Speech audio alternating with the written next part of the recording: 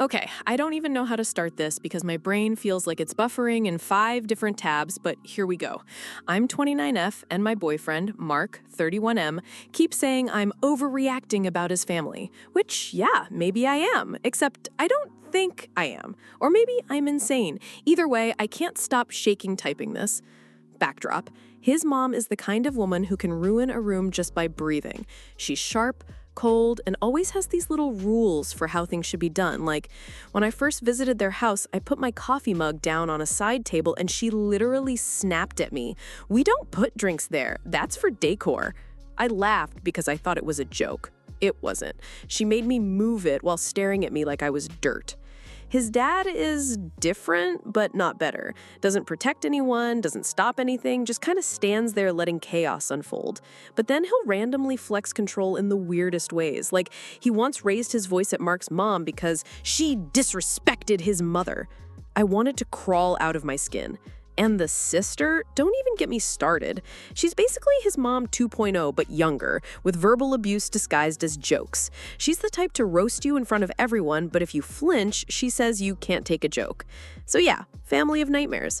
Mark admits they're a little intense, but always shrugs it off like, that's just how they are. I used to nod along because I wanted to believe he wasn't like them. Except lately, I'm not so sure. Like, when we first started dating, he was this insanely attentive, love-bomby guy. Flowers, surprise dinners, texting me good morning and good night like we were teenagers. I was convinced I'd finally found someone who actually cared. Now it's like a switch flipped. One day he's warm and affectionate, the next he's cold and distant. And if I bring it up, he just sighs like I'm exhausting. And the money thing. He makes around $90K, which is good, right? Except he keeps talking like it's not enough. He has these big dreams about a perfect house, kids, vacations, never having to check the bank account again. I mean, who doesn't want that? But it's the way he talks about it, like he can't even consider building a family until he's rich enough. And then he flips it on me like I'm the selfish one for wanting stability and love without the perfect fantasy budget. His mom literally told me last week that her life would have no meaning if Mark doesn't get married soon. Yes, she said that to me while holding eye contact. I laughed awkwardly because what else was I supposed to do? But then she doubled down like, you could be the one to finally give me peace. I felt like I was being recruited into a cult. Here's where it gets messy. Sometimes I do want marriage, kids, the whole cliche. I catch myself daydreaming about it, and then I feel sick because what if I just recreate the same nightmare I grew up in?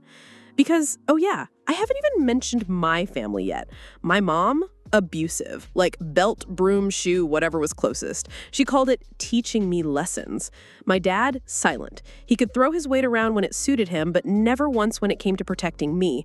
And my sister, when we left home for college, she just picked up where my mom left off with verbal abuse. So yeah, 2 families, both acting like I'm some pawn in their weird emotional chess game. And me? I keep wondering if I'm overreacting, if I'm dramatic, if I'm the problem. Except, something happened at dinner last night. Something small, stupid even, but it shook me. His mom put food on my plate without asking, and I tried to politely decline. Mark leaned over and whispered, so quietly no one else could hear, "Just eat it, don't make a scene." And the way he said it? Flat, cold, like I was a child he had to discipline. And in that moment, I swear I saw it, the mask slip. So, after the just eat it, don't make a scene moment, I tried to brush it off, like maybe he was just embarrassed, maybe I was making it bigger than it was. Except then the group chat started spiraling in stereo. His family chat this morning, "Mom, I was so proud of Mark last night. He knows how to keep peace at the table. Yeah, some people don't understand respect. Dad, thumbs up." Like, am I hallucinating? I didn't even say anything. I just didn't want another scoop of whatever casserole she drowned in mayonnaise. But apparently, my restraint equals disrespect now. Then my family chat at the same time. "Mom, your sister told me you looked miserable at dinner. Stop sabotaging yourself. Sister, you need to learn how to be grateful. Men don't like ungrateful women. Dad, you should apologize to Mark's parents." Triple question marks. I didn't even talk to my sister about dinner, which means what? She's texting his sister behind my back and then relaying that to my mom? I confronted her privately and she just sent me a voice note. I swear to God, it was 20 seconds of her chewing gum into the mic and then saying, "Lol, everyone's talking about you. Maybe you should think about why." Like, hello? And then Mark, hot, cold as ever, 1 second he's saying, "Don't let them get to you, babe, you're stronger than that." And the next he's quiet texting me from across the room, "You embarrassed me last night. Please don't do that again." I read it 3 times. I wanted to throw my phone. Instead, I typed back, "I didn't do anything." He left me on red. So now I'm spiraling because either A, he's gaslighting me, B, I did embarrass him somehow without realizing it, or C, both. And the social events keep stacking like landmines. Like his sister had a, quote, casual game night that turned into an ambush engagement announcement for one of her friends. She didn't tell anyone beforehand, so the whole thing felt staged. And while everyone was clapping, she looked right at me and said, "See, when you know, you know." The room went silent. For half a second, I laughed too loudly. Mark squeezed my leg under the table hard enough that it hurt. Later, I asked him why he did that, and he just said, "You are making a scene." Again with the scene thing. My stomach dropped because suddenly I remembered my mom used to say the exact same line when she dragged me by the arm in public. And here's where it gets glitchy. That night, after game night, I checked my phone and noticed the family chat messages from earlier in the week were gone. Like the thread skipped over them. I thought maybe I archived it by mistake, but no, they're just not there. I asked Mark if he saw the messages, and he swore I must have been imagining it because they don't even use the chat that much. But I screenshotted them. I literally have the screenshots. So I showed him, and he said, "You probably edited those." Like, what? What do you even say to that? And then, as if to fry my brain even more, he flips back into sweet boyfriend mode. "Flowers, I love you so much. Don't let anyone make you feel small. Holding my hand in the grocery store like we're in a rom-com." It's whiplash.